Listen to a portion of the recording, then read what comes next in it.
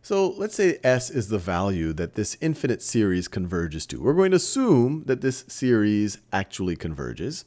And the definition of this series, each term is going to be a function of n. We're going to assume that this is the same type of series that we looked at when we looked at the integral test, or namely that this function is a continuous positive decreasing function over the interval that we care about. So it is continuous, it is positive, and it is decreasing. This isn't saying continuous plus decreasing. Let me just write it that way. Continuous, positive, and it is decreasing. So it could be a function that looks something like this. Now my goal of this video is to see if we can estimate a range around S. And this is going to be very useful because we've seen some infinite series where we are able to figure out what exactly does it converge to. But you could imagine there are many, many, many more where we're not going to be able to figure out exactly what it converges to. And instead, we're going to have to do it using a computer or by hand. And in those cases, it's good to know how good our estimate is. And we also want as good of an estimate as possible with as little computation as possible. So let's think about how we can do that.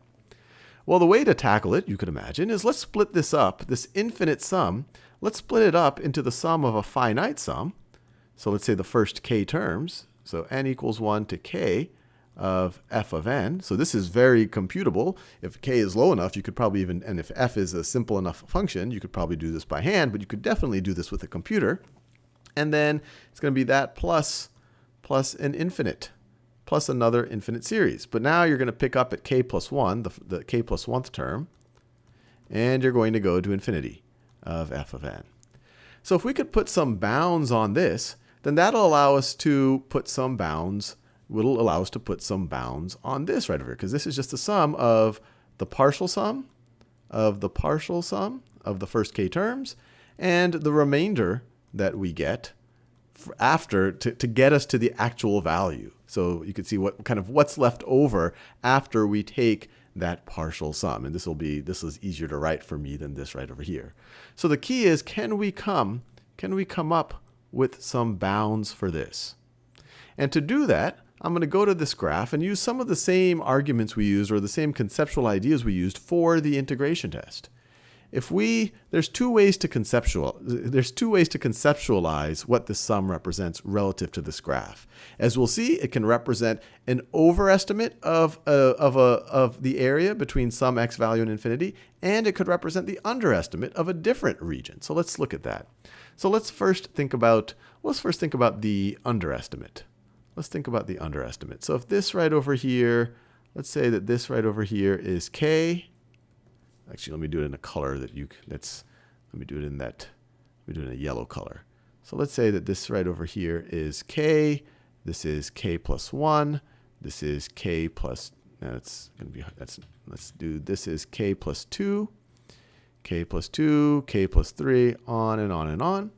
So one way to conceptualize this sum right over here is it could be the sum of the following rectangles. So the first term is this area, the area of this first rectangle, because this area's height, or this rectangle's height, is f of k plus 1, and its width is 1, so f of k plus 1 times 1, its area is just going to be f of k plus 1, which is exactly this first term right over here, when n is k plus 1. And then the second term, by the same argument, could represent the area of this rectangle. The third term could represent the area of that rectangle. And we could just keep going on and on and on. And so what is the sums of these areas of these rectangles? So the sum of these terms representing? Well, you could view it as an estimate. You could view it as an estimate of the area under the curve between x equals k and x equals infinity. But it's going to be an underestimate. Notice, these are all completely contained in that area. So one way to think about it is that our r sub k is less than or equal to, it's an underestimate for the area between x equals k and infinity of f of x dx. So that essentially puts an upper bound. That puts an upper bound on us. And this is already interesting because now we can already say if s, so we know that s is equal to this. Now if this is less than this thing right over here, we can say that s is going to be less than or equal to our our partial sum plus this thing, plus the improper integral from k to infinity of f of x dx. Notice, if this is equal to this, and now, since this is less than this must be less than what we have on the right-hand side. So just like that, if we're able to compute these two things, and we are often able to compute these two things, we're able to put an upper bound on our actual sum. Now what about placing a lower bound on it?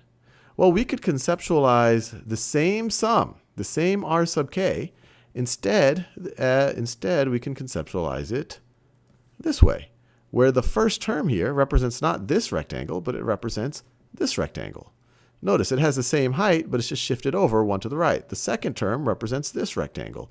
The third term represents this rectangle. Why does that make sense?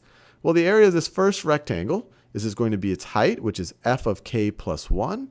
F of k plus 1 times its width, which is this 1. So it's just going to be f of k plus 1. So this is the area here is the first term. The area here is the second term. Area here is the third term. The area here is the fourth term.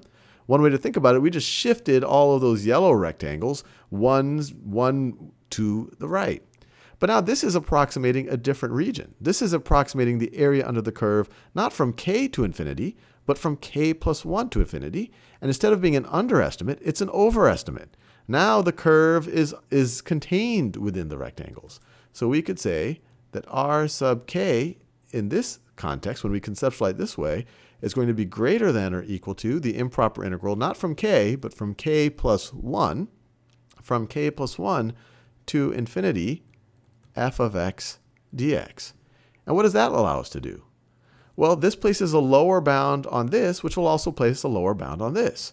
If this is greater than that, then this is going to be greater than this replaced with the improper integral. So we can write that.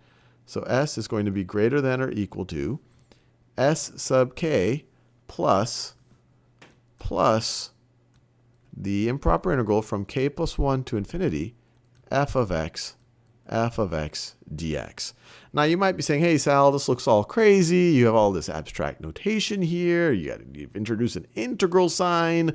This seems really daunting. But as we'll see in the next few videos, these are actually sometimes fairly straightforward to compute. This can be very straightforward to compute if our k is not too large. If it's even large, a computer can do it. And then these we can actually often compute, sometimes numerically, but even more frequently, and that kind of defeats the purpose. But we can also compute them using our analytic tools, do it using, I guess you could say, the power of calculus. And so what this allows us to do is put a pretty neat band around what our actual value that we converge to is. And as we'll see, the higher our k, the better an estimate we get, and the tighter a range of our confidence for that estimate. And another way to write these two inequalities is to write a compound inequality, that s is going to be less than or equal to this business. It's going to be less than or equal to this business. So copy and paste. And it's going to be, and s is going to be greater than or equal to this business. So you can say this business is going to be less than or equal to s. So let me just copy and paste that. So copy and paste. Oops, that's not what I wanted to do. So copy and paste. And we could write it just like that. And so the next series of videos, we'll actually apply this, and we'll see that it's pretty straightforward. It looks a little daunting right now.